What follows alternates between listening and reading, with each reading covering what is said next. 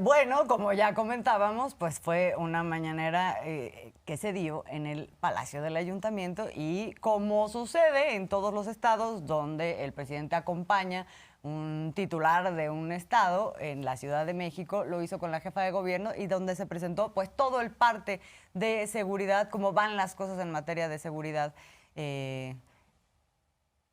Sí, ¿verdad? ¿Vamos a eso? Sí, y al tema de particularmente Ciro Gómez Leiva, que lo ve como un yo ya asunto me de iba a Estado. aventar con todos los datos. Tienes toda la razón. Vamos a recuperar eh, lo que dijo el presidente sobre Ciro, porque creo que hoy lo enmarcó de una manera muy concisa el tema de cómo este asunto se convierte en un asunto de Estado en razón de que existe, por lo menos se encuentra abierta la posibilidad de que haya sido un sabotaje que va directamente en detrimento del Estado. ¿Por qué? Porque se trata de un periodista, se trata de un tema de derechos humanos y se trata de un periodista que además ha tenido diferencias con el gobierno. Entonces, pero en buena lid, las diferencias, ha dicho sí, no, López Obrador. y en libertad de expresión. En libertad de expresión, siempre, en discusión ¿no? democrática.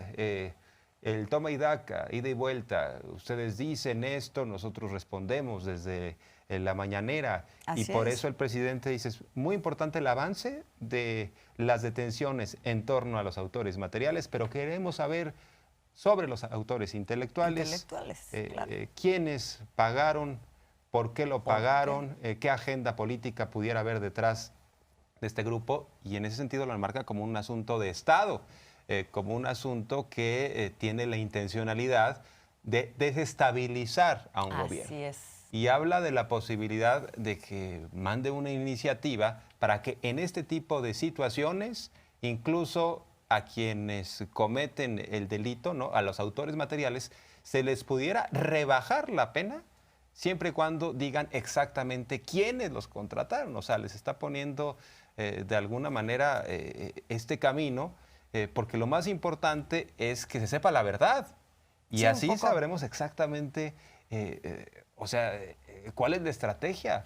Porque además, si fue un grupo opositor, pues imagínense a dónde piensan llegar.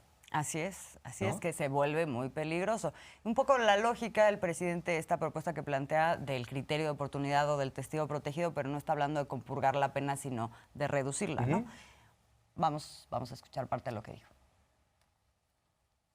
Es un asunto de Estado, por eso di la instrucción a fondo en la investigación y estamos buscando llegar a autores intelectuales. Estos fueron los que operaron, ejecutores, pero ¿quién fue el que ordenó? ¿Y quién dio el dinero? Porque todo esto se hace pagando y saber qué propósito. ¿Por qué lo hicieron?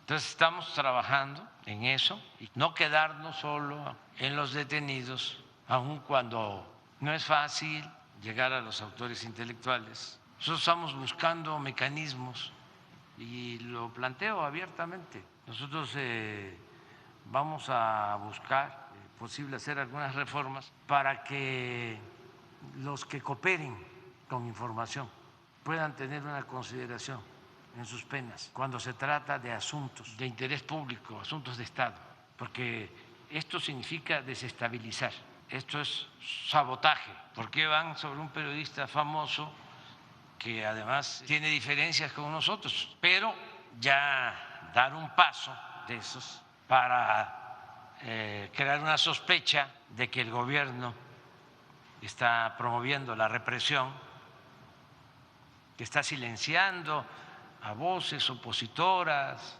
y yo no descarto que el conservadurismo haga eso. Bueno, sería terrible que se comprobara esa hipótesis de que fue un grupo conservador.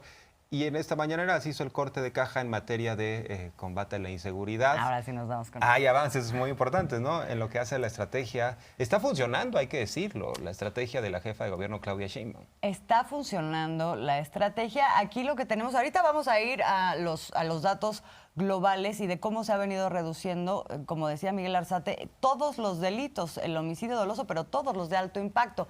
Pero aquí vemos cómo está el tema por alcaldías y lo que llama la atención, por ejemplo, Jorge Armando, ayer el INEGI sacó su encuesta de percepción sobre cómo la gente se siente más segura o más insegura en distintos lugares. Siempre sale, por ejemplo, Coajimalpa y la alcaldía Benito Juárez como los lugares más seguros en percepción. Y aquí lo que me llamó la atención es que Benito Juárez sería la cuarta alcaldía con más delitos de alto impacto, ¿no? O sea, estamos hablando de 101.35 en comparación con otras que a nivel de percepción salen altas, ¿no? En inseguridad. Oye, ahí mi pregunta es, ¿ya se cuentan los delitos del cártel inmobiliario? Porque a lo mejor por eso se está inflando esa cifra. Los delitos que han cometido las propias autoridades. Claro, es que eso depende de la catalogación de delito de alto impacto, ¿no? Sí, sí, sí. Ahora, bien dices, esta referencia se hace en función de 100,000 habitantes. Por cada 100,000 habitantes, ¿cuántos delitos hay? La alcaldía Cuauhtémoc es el primer lugar. Y estamos hablando de alcaldías gobernadas por la oposición, ¿no? En tercer lugar está Miguel Hidalgo, gobernada por Acción Nacional, y Benito Juárez. En cuarto lugar, bien señalas, pues sí, llama la atención. Si lo vemos por volumen de delitos, pues Iztapalapa, como es la que concentra mayor cantidad de personas, pues está alta. Sin embargo, sí hay que hacer la consideración en función del número de habitantes. Claro, por 100,000 habitantes, que es lo que estábamos viendo en este momento. Y justamente el secretario fue Luis Crescencio Sandoval, el que dio las cifras sobre en qué alcaldía se concentraba mayormente, ya en términos globales, la cantidad de delitos. Vamos a ver. Adelante, en la siguiente lámina es homicidios dolosos por entidad federativa en todo lo que va de la administración. Lleva el 10º lugar, tiene 4.235 homicidios, la media es 3.536. Y por cada 100,000 habitantes, estos homicidios dolosos en toda la administración, tiene el 22 lugar. Las alcaldías con mayor incidencia delictiva en lo que es homicidio doloso, robo de vehículos y narcomenudeo está Iztapalapa, Gustavo Madero, Cuauhtémoc y Venustiano Carranza. Estas 4 alcaldías, ahí está concentrado el 53% de estos delitos. Pero lo que es Iztapalapa y Gustavo Madero son de las 2 de las 3 alcaldías que tienen mayor número de personas. Y ahorita vamos a ver cómo ahí están concentrados los esfuerzos de seguridad a través de la presencia de las fuerzas de seguridad pública. También es importante destacar que ha bajado la incidencia delictiva en la Ciudad de México en lo que hace a los delitos de alto impacto, al homicidio doloso, y ahí están los datos histórico. Aquí. Bueno, incluso vemos una gráfica como drásticamente baja, ¿no? En lo que hace el homicidio doloso, venía muy alto con Miguel Ángel Mancera, sobre todo en sus últimos años, ¿no? Sí, no, y pues claramente venía en una tendencia positiva, pues que iba creciendo así de manera exponencial.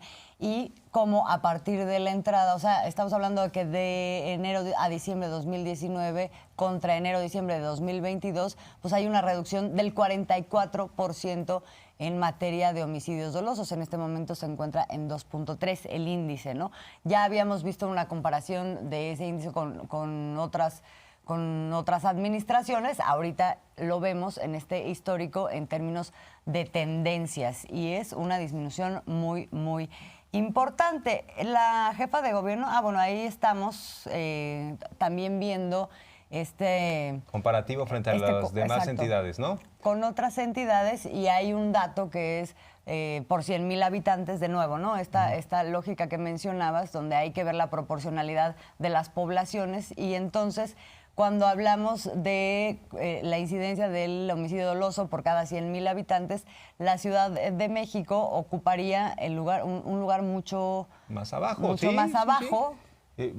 respecto a otros estados, ¿no? Es el lugar 22. Exactamente. Si vemos, por ejemplo, quiénes están a la cabeza en este delito, Colima. Pues Colima, Baja California, Zacatecas, Morelos, Guanajuato también está por ahí. Y en el caso de la Ciudad de México, pues está contenido el homicidio doloso. Ah, y mira, lo que estamos viendo ahí es cómo, o sea, qué lugar ocupaba la Ciudad de México en 2019, en este mismo gráfico, y cómo pues cayó varios peldaños hacia abajo con respecto a otros estados. 1, 2, 3, 4, 5, 6, 7, 8, 9. O sea, son como 11 estados los que supera la Ciudad de México en estos 4 años, ¿no? Así es, y si comparamos esto a nivel internacional, pues también la Ciudad de México sale bien librada. Estos datos los dio a conocer la jefa de gobierno Claudia Sheinbaum, incluso pues mucho más pacíficos somos en la Ciudad de México frente a Nueva Orleans, a Baltimore. Bueno, también podemos hablar de otras ciudades en México. Hay menos delitos dolosos que Monterrey y Guadalajara, que son gobernadas, por cierto, por Movimiento Ciudadano. Pero vamos a escuchar. Que son grandes ciudades comparables también, ¿no? Así es. De igual manera, comparado con otras ciudades, principalmente de Estados Unidos y de nuestro país, por ejemplo, con San Luis, Missouri, todos son por 100,000 habitantes, con Baltimore, con Nueva Orleans, que son las primeras 3, San Juan, Puerto Rico, León, Guanajuato, Filadelfia, Washington, Chicago, Monterrey, Guadalajara. Este es donde estábamos en el 2019 y ahora donde estamos en el 2022, que incluso en la tasa por 100,000 habitantes estamos por debajo de la ciudad de Los Ángeles. Son resultados importantes. Hay otros delitos también de alto impacto a nivel de la Ciudad de México. Vamos a ver cuáles son los resultados ahí. ¿Lo tenemos aquí? Sí.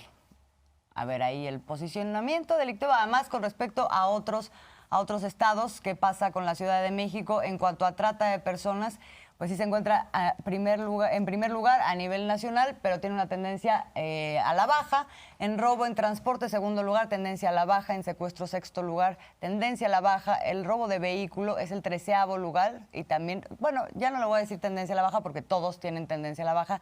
En extorsión, 14º lugar. Robo a casa habitación, 18º lugar.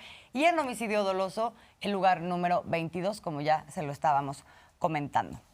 Muy importante que esto se sepa a nivel nacional, porque algunos tienen la bandera en contra de Claudia Sheinbaum diciendo, vean lo del metro, pero no se conoce mucho del clima de seguridad que se está viviendo en la capital del país. Y yo creo que es una bandera que la propia Claudia Sheinbaum podría presumir, porque es inobjetable. Ahí están los datos que venimos dando cuenta sobre cómo ha cambiado drásticamente la situación de inseguridad.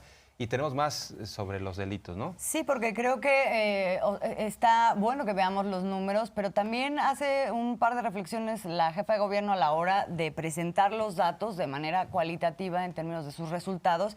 Y, por ejemplo, un dato que llama la atención, que habla de la impunidad, es cómo se da una reducción como la que estábamos viendo en la incidencia de delitos de alto impacto y, sin embargo, aumenta la vinculación a proceso. O sea, aumentan las detenciones y la vinculación a proceso, lo que significa que, bueno, pues antes pues, no se detenía a nadie, no pasaba nada y los delitos estaban hasta acá. Ahora los delitos han bajado, o sea, la curva se ha invertido. Oye, y que la Fiscalía de la Ciudad de México está haciendo su chamba, también significa eso. Claro, que ha sido muy eficaz, ¿no? Sí.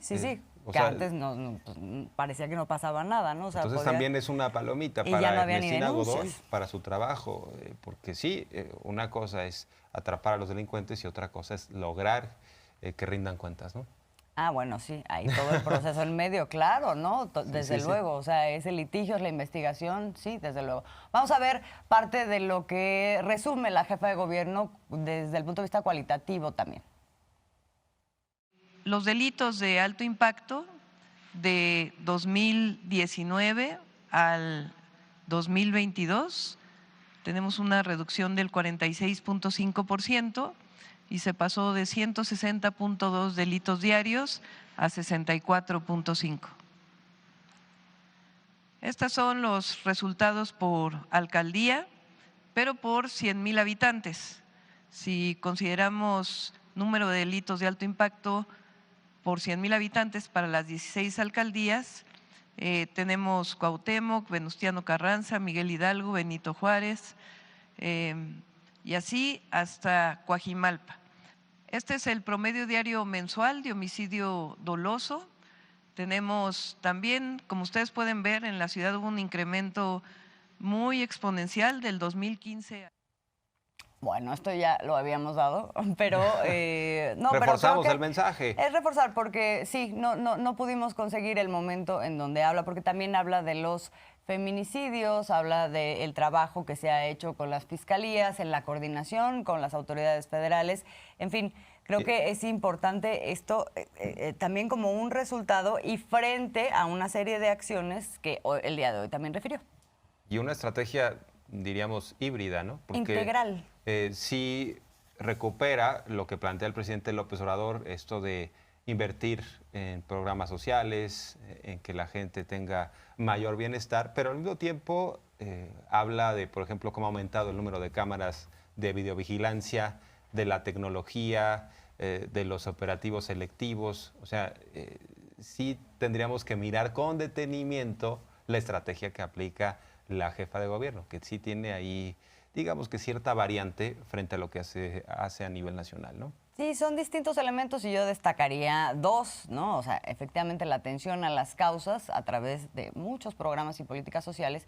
Y por otro lado, el tratamiento y la relación que tiene con la institución policíaca, que es que la ha robustecido, ha mejorado las condiciones de los policías, se han capacitado. O sea, hay una serie de acciones que tienen que ver con que entonces pues no se trata de policías que en el desamparo pues tienen que enfrentar una situación de criminalidad y que además tienen horribles condiciones como para que entonces se generen nichos de corrupción, ¿no? Esto es parte de lo que ha atacado frontalmente la jefa de gobierno, pues con su secretario de Seguridad, Omar García Harfuch, y parte de lo que destaca también el día de hoy dentro de esta estrategia integral.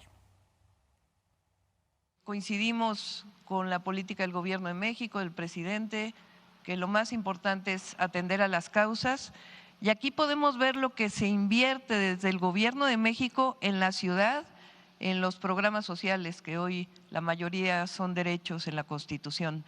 35,183 millones de pesos invirtió el gobierno de México en pensión para adultos mayores, 1,263,000, somos la entidad que más adultos mayores tiene en el programa, las becas Benito Juárez, Jóvenes Construyendo el Futuro y la beca universal para preparatoria.